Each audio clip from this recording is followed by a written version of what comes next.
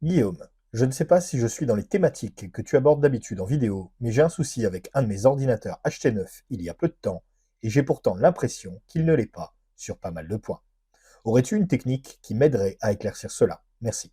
Même si nous ne sommes pas dans le domaine de la cyber, j'en avais déjà parlé en vidéo, mais pourquoi pas faire un petit rappel? Parce que les systèmes d'escroquerie sont aujourd'hui plus nombreux que jamais, voici une petite astuce qui peut vous permettre de déterminer qu'un matériel acheté neuf ne l'est en réalité pas du tout. Vous vous rendez dans votre navigateur internet et vous allez taper ceci. Vous choisissez ce résultat. Une fois sur le site de l'éditeur, vous téléchargez cet outil via ce bouton.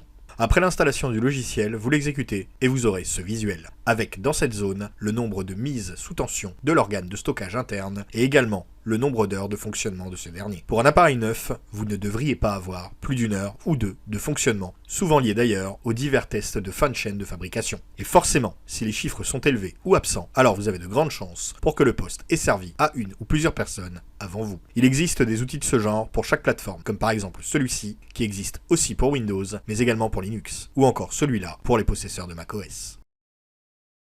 Vous ne pouvez pas avoir 3000 heures d'utilisation du disque dur à l'intérieur de votre machine si cette dernière a été achetée neuve il y a un mois. Rapprochez-vous de votre vendeur si vous constatez une incohérence, parce que bien évidemment, ça ne devrait pas arriver. N'hésitez pas à me dire en commentaire si vous connaissiez cette astuce ou pas, et si ce n'est pas encore fait, pensez à vous abonner.